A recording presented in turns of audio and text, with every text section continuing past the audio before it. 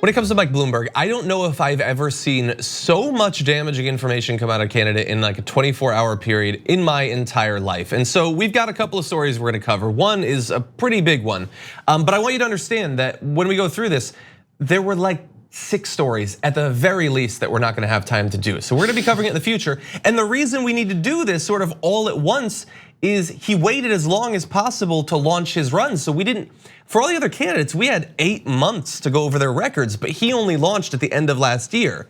And so now all this stuff is showering all over us. So take a look at this. I mean, we've talked about some of his statements about the financial crisis, those sorts of things. But we're also finding out that some of the culture that he had when it came to female employees back in his business days, it's starting to look pretty Trumpian. So Democratic presidential candidate Mike Bloomberg allegedly told a female employee, quote, "kill it," when she told him she was pregnant, according to the former Bloomberg executive's 1997 lawsuit. So there have been multiple lawsuits against him. It seems like there are a few that most of the details have come from. Others have been sort of hushed up, but kill it. I don't know what to do with that. Like, cause it's like, that's so intense. Like I can't help but laugh. I shouldn't be. That is a real intense thing to say. Cause it's crazy. Yeah, right. Cause your body just goes like, nah, that's not real. That's bad dialogue in a movie. Couldn't have genuinely meant that. No.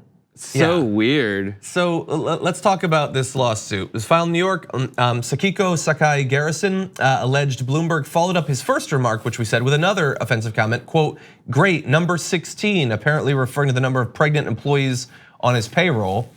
Because apparently he's both incredibly frustrated when women get pregnant and also tracks the number. She says that he pointed out another woman to her and remarked, quote, "if you looked like that, I would do you in a second." His references to him referring to female employees as, quote, "meat." The suit accused Bloomberg of making racist remarks as well, including calling Mexican clients, quote, "jumping beans," and telling a female employee who needed a nanny, quote, "all you need is some black who doesn't even have to speak English to rescue it from a burning building." A sentence that I don't even understand. I don't know what that means, but it's definitely racist. I get that part. I mean, it sounds like he's qualified to be president at this point. Based on recent qualifications. But like, I say that as a joke, but that's kind of what I see a lot of potential Bloomberg voters thinking. It's like, he's better than Trump. I'm so tired of losing to Trump that I want to beat Trump with someone who will anger Trump. And what it is, that's the lib-tears philosophy. That's the I care about making the people who disagree with me suffer. Like, who do you care if like it would piss him off? No, I want someone who's actually gonna win. Like, I don't care if it frustrates Trump. Right, but they think that this is the way to beat him, is to have like some lighter version of it that isn't. And before this information came out, that is just like someone who's richer than Trump, from the same place as Trump, and is a Democrat. Like, I'll take it. Recently, that kind of thing. It's the desperation that people had. That was, I forget who it was on CNN who actually said this, that was like they had Biden in their cart, but they hadn't checked out yet.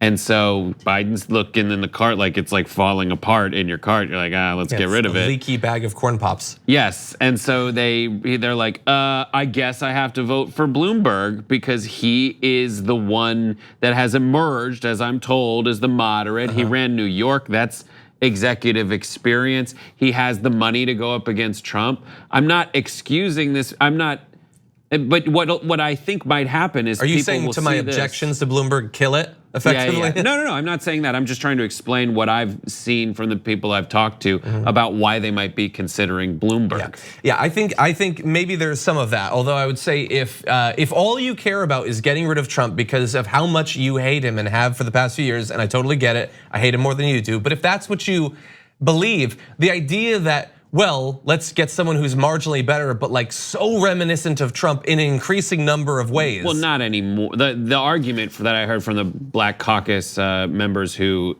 endorsed him is like, he's not like that anymore. Yeah, he apologized for stop and frisk back in November of last year. Well, that's what they say. I'm not saying that I buy it. And he doesn't say this stuff out loud anymore, but back when it was acceptable, he did. Okay, so look, I do want to his credit, he settled the lawsuit in 2000. He claimed to have passed a lie detector test in 2001, denying that he made the remark about the pregnancy. And I've seen multiple articles reference that lie detector test. I have never seen anyone who had evidence of what the lie detector, and again, it's not admissible, like all that stuff that you know, but it was he says he did it in private and then says, oh yeah, I passed it. Okay, but can we see it? No, you can't. I mean, that's Trumpian right there. What's the point of taking a lie detector test if we can't even see the results? Anyway, and that was in the lead up to 2001. So the thing was, this scandal breaking, like again, right before his first run for the mayor of New York, it didn't really hurt him because people barely care about this stuff now. They definitely didn't care in 2001. Right. Like you were just allowed to do all this stuff. There was no Me Too movement on the horizon or anything. Theoretically, this sort of stuff seems like it should like at least be acknowledged at this point, considering all that we've been through. We'll see what happens because as they, if he has this debate stage opportunity, nobody knows what he looks like on the debate stage because they haven't seen it happen since 2001. And he'll probably run in some way to say like, listen, I atoned for my sins back then.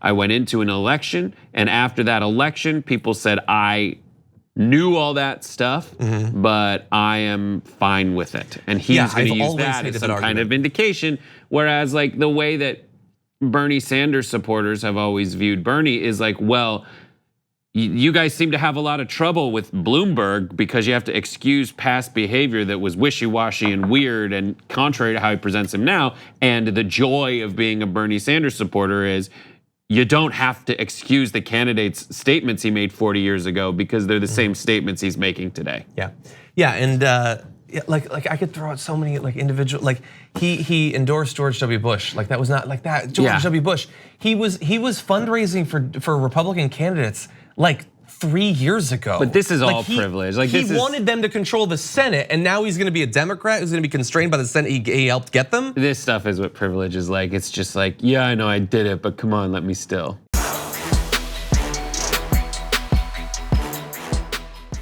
Check out the Damage Report podcast each day, wherever you get your podcasts, whether Pocket Casts or Stitcher or iTunes. You can join me as I give you the news and stories you want, with a range of co-hosts and interview guests jumping in on the fun each day.